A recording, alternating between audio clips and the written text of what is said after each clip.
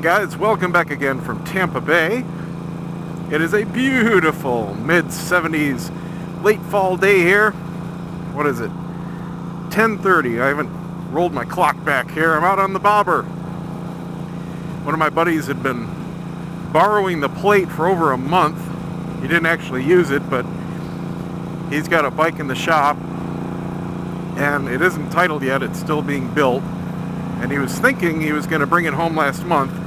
I said, well, I was going away and probably wouldn't need it for a while, so he borrowed it, but I just got it back.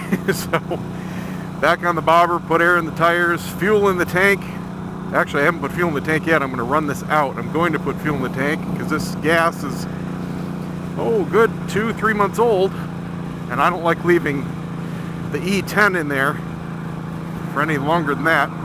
I'm just heading out to a couple local spots here. I'm on US 19, and I just started the spot where it's non-stop until St. Pete without any intersections, and it's a beautiful stretch of road. It really is. There's been a couple local news stories just the past couple days, and one of them is about this road, specifically in a spot just a few miles down the road. The story about this road is, well, the jig is up. Golden days are gone for just using this as a nice cruising road due to some extreme speeders. You know, the speed limit on this road is, depending on where it is, 50 or 55. And what am I doing now? About 60 on the speedo. It's probably a couple high. But the point is, traffic has been averaging a good 15 or 20 over. Just the normal traffic rate. Well, it's been going up and up and up since they finished the strip. And now they've been busting people, and you can see an example right here, and this is what I'm going to be talking about, doing 30, 40, 50, 60 over. And they are now cracking down as of today. They're writing over 100 tickets a day just in this few miles of strip. So I'm just out here seeing what's going on. I'm going to do just above the limit here, and we'll see what we see. I don't know how many. I got people behind me, so I'm going to move on over here. I'll just keep up with the slow lane. See how many cops we can see.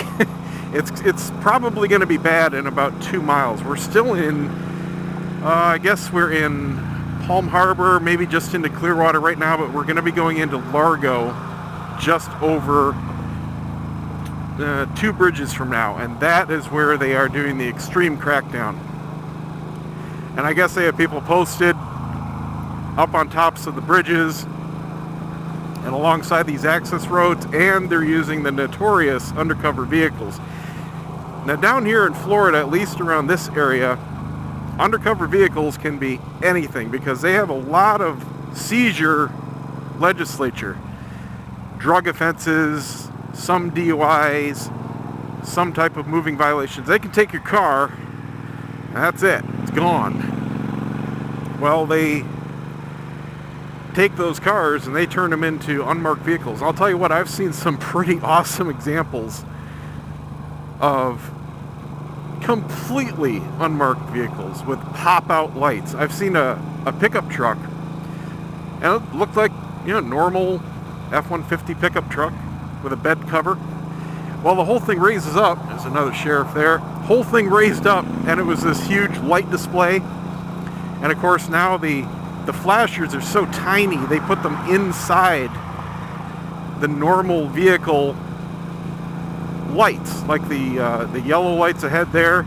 Those could have flashes in them, and you'd never know it until they're on. They don't have to be separate lights anymore. Well, the point is, these things are all over the place down here. You have no idea. There are so many cars with tinted windows. I mean, even that doesn't give them away. A lot of times further up north, tinted windows aren't that common, so it can be a dead giveaway. But not down here, man, I'll tell you. So I'm just cruising on down and seeing what's up. And then I'm going to go over to the beaches, to another area that was in the news today. And I'll talk about that when I get there. See what's up with that. So let's just cruise on through here. see what's going on. We should be hitting Largo in about a mile.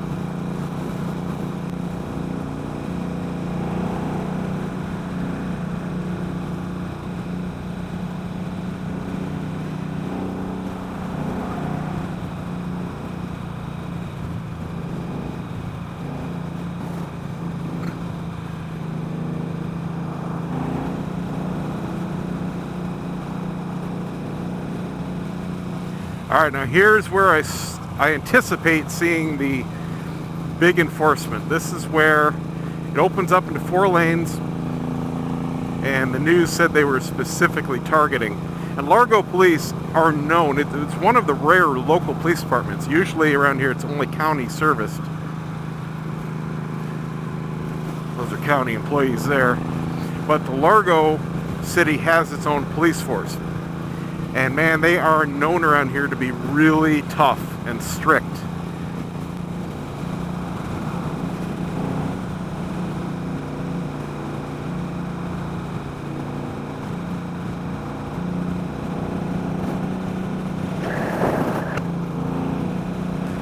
Here's a spot they love to camp at, because coming over this hill, they usually park in that median there where they can zip right out. Also on the other side, coming over the hill from this way. Nobody here today. Maybe they've taken the day off. Maybe they do it at rush hour. I don't know, but I'm not seeing too much. Certainly nothing like the news story was saying.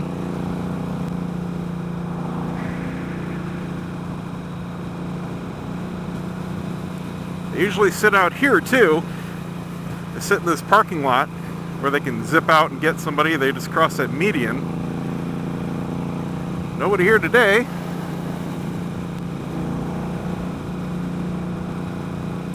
This is the first major cross street going across the county here. East Bay turning into West Bay. The next major road is Ulmerton, and that is the major artery going across.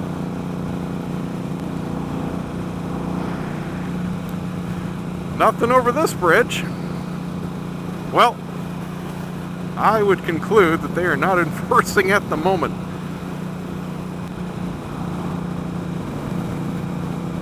I'm going to go on down one more street, and then I'm going to head over to the other spot I wanted to take a look at and talk about for a second.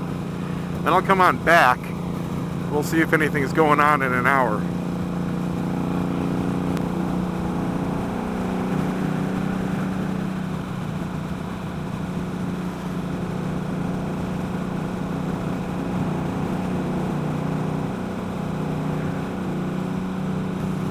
Yep, nothing going on. Alright, stand by. So here's the other local issue, and I just thought of another one I'll hit on the way back. There's this entrance to the bridge coming the other way. I'm going to loop around and show it to you. And supposedly it's got a dip where the asphalt meets the concrete coming onto the bridge. Well, apparently a 24-year-old motorcyclist right there, that curve there, that's where I want to go, took that curve a couple days ago and hit the bump. Locals say it's a known problem, and flew off the bridge. He hit the guardrail, or the concrete side barrier, and flew off the bridge. It's a 3-story drop, and unfortunately he died. And it's right here. Now here's the rub. This is a 30-mile-an-hour speed limit, 25-mile-an-hour caution right here. That is a very, very mild dip. He was doing 70, and he crashed right there. Coming off the bridge here, it's a 40. Now, whatever I was doing more than 30. I barely felt it. Alright? That is not an issue. Period. Nobody in their right mind can say that at the speed limit or even slightly above it, that is any kind of an issue. Here I am on a motorcycle. My suspension did not crunch or dip. I did not lose steering. That Oh, that little harsh bump right there, that was more than the dip. If you choose to do 70 and a 30 around a 25 mile an hour caution curve,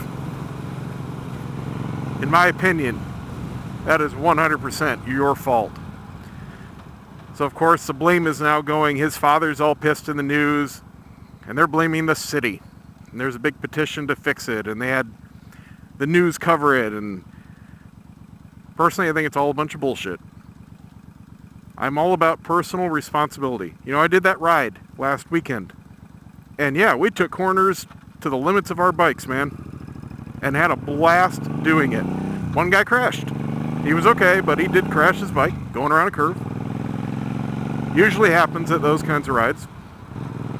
I did not take my bike to the limit, but certainly well over the speed limit of the curves. And if I had crashed, it would not... that manhole cover was 10 times that bump. It would not even enter my mind to blame the city or a road engineer or anything except moi. Period. I chose to do it. It's my responsibility, my fault, my blame. If I died, I would hope that nobody in their right mind would blame anybody but me. So unfortunately, this kid chose to do that, paid the ultimate price, and my thought is, oh well, tough shit. It was his decision, it was his fault, and that's the end of it. But no, this is not the world we live in. We live in the world of nothing's ever the fault of somebody that did it. It's always blame somebody else. Where's the money? Let's go after that. Oh, I don't want to take any blame for something. Let's see. You that had absolutely nothing to do with it. You that did not make me do 70 to 30. It's your fault. Yes, that's it.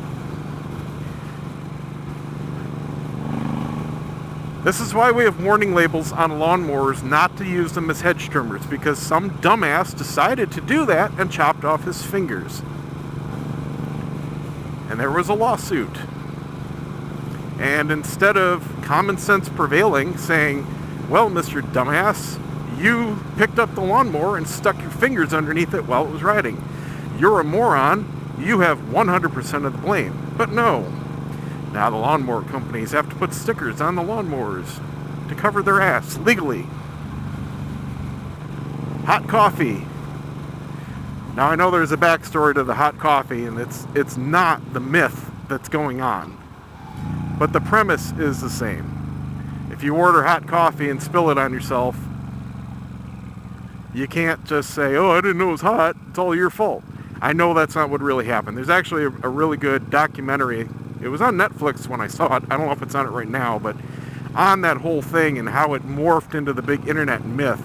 I do feel sorry for the lady that, that got burned, because it was very severe.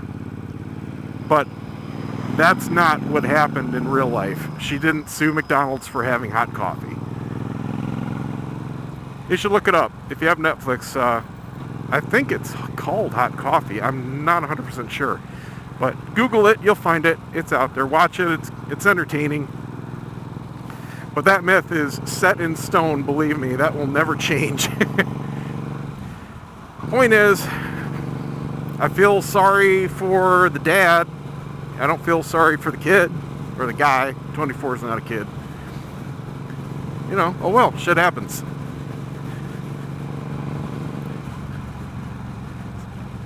I just realized I passed the road I want to go down, but the other thing I was going to show you, it's a pretty much a empty lot now, but my favorite place for crawfish burned down. I'm sure I mentioned it a while ago, but there's some strange goings on with that now too. It was called Screwy Louie's Porpoise Pub and Bar, and it was called that because way back when, 50 years ago, it was kind of like a little mini SeaWorld when they had big tanks of water and they had porpoise shows, like dolphins. And over the years it got converted and shut down and turned into a tiki bar. Well, they didn't have any insurance, not a lick. So the place burned to the ground, conveniently, after a busy night. I think it was a Friday night. so far, nobody knows exactly what caused it. Now, my first thought, because there are a number of these things that happen, is insurance fraud, but he didn't have insurance, so obviously that wasn't the case. They were trying to do some benefit events, and a big one just fell through just a few days ago. The city here of Madeira Beach was going to hold a benefit concert, and they were going to hold it at either the Civic Center or the City Center, something to do with the actual city. Sorry, I got something in my eye here. Can barely reach it behind my glasses. There we go. Well, apparently they didn't pull the right permits. They didn't have any security or parking set up or even porta potties, and they were anticipating thousands of people. It was a big biker event, and they were going to have some live bands, and it was basically a big donation drive to rebuild. Well, the city claims that the owner screwed everything up. The owner claims the city screwed everything up. I don't know. It's just so fishy to me. The owner was claiming he was anticipating $250,000 in donations. I don't know. No idea what's going on there, but my point is, I lost my all-you-can-eat crawfish place. And that sucks, because they were definitely the best crawfish around. Now I have to go to like a Chinese buffet, and it's hit or miss. The guys making them, they're not Cajun. They're Mexicans. Nothing against Mexicans, but the point is, they don't know Cajun cooking. Half the time, they're decent. They taste okay. You know, just regular old crawfish. But half the time, they cook them in the dang sweet and sour sauce, and they absolutely butcher them. I have no idea why they do that. But I love crawfish. And man, my buddies and I, we love going down there. It was about the only time I could get together with some of them too, because they live down here, and I don't really have that much occasion to come down here. But it was worth coming down for that. All you can eat for under $10. And we would eat them out of house and home. And that's why I think something was kind of screwy, because they did deals like that every night of the week. They had a fish fry night, a steak night, the crawfish, man, something else. Literally 5 events like that a week. And they can't have been making money on the food. They did overcharge for all the drinks. They made you buy a drink. The beer was, you know, typical bar, $3-4, but the sodas were ridiculous and they weren't refillable. They were just as much as the beer. So they were making some money on the drinks, but still not enough to really recoup. When we were there, each one of us would have 8 or 9 plates of crawfish, and 2 of them is break even. So they were literally losing a lot of money on each one of us, and there were other people in there just like us. Big dudes going back up every time we were there. So I don't think they were selling that many drinks to really even break even on those nights. Anyway, I'm going to get back over to US 19. We'll see if anything else is going on. Only saw the one cop coming down. Certainly not any kind of extreme enforcement like the news was saying. But I wanted to see it for myself, because they literally said 100 tickets a day, and that was just a story today. So that was yesterday. They were filming probably. We'll see when I get back there. Okay, hopping back on here. See if anything's going on the way home. I doubt it. Oh, come on, dude. 20-under's not cool.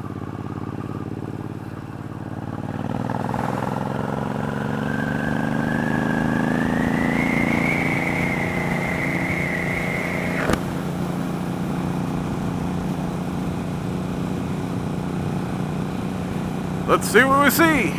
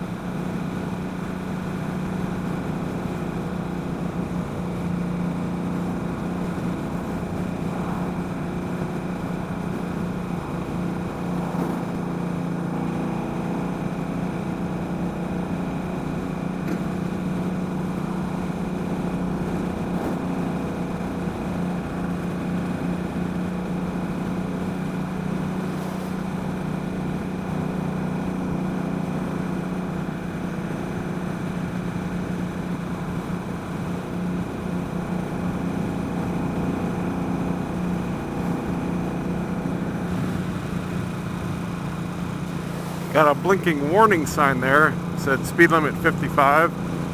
Maybe there's something up ahead. So far, nothing. If anything, I'd say this is lighter than usual. I've only seen that one car on the way up or down. That's it. Haven't seen any unmarks, nothing on the sides, nobody doing laser. Not a thing. And this is a Friday late morning. It's almost lunchtime. It's 11:30. Figure it'd be a little bit of targeted enforcement if that's what they're doing, given the time. Nope. Nada. Only got 2 more bridges to go before it ends here.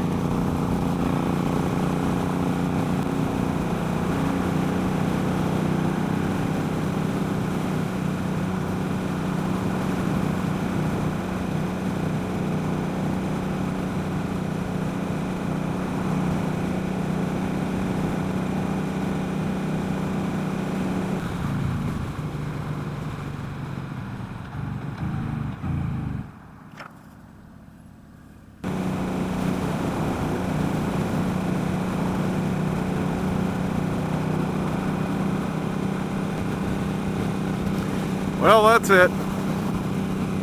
Maybe it's just a scare tactic. 1 or 2 days of enforcement and news story, and then they figure, good enough. Who knows? Well, I'm gonna get some gas, get some lunch, head on home, finish working for the day, and maybe go out for sushi with the wife for dinner. Hope y'all have a great weekend. I'm gonna be going out tomorrow to a drag race and bike event. It's a little bit of a ride, but it should be worth it. It's at night, so I'll be bringing some specialized camera gear. Maybe get some cool drag races in to film. I'm not going to run them. I don't know. Never been to the event before, but it should be fun. And I, of course, will have as much video for you guys as I can get. That's it for today. Thanks for watching. Don't forget to subscribe. I just hit 9,000 subscribers. Thank you very much to everybody. Spread the word if you like what I'm doing. Just share it with your friends. It would be greatly appreciated. Give me a thumbs up and we'll see you next time.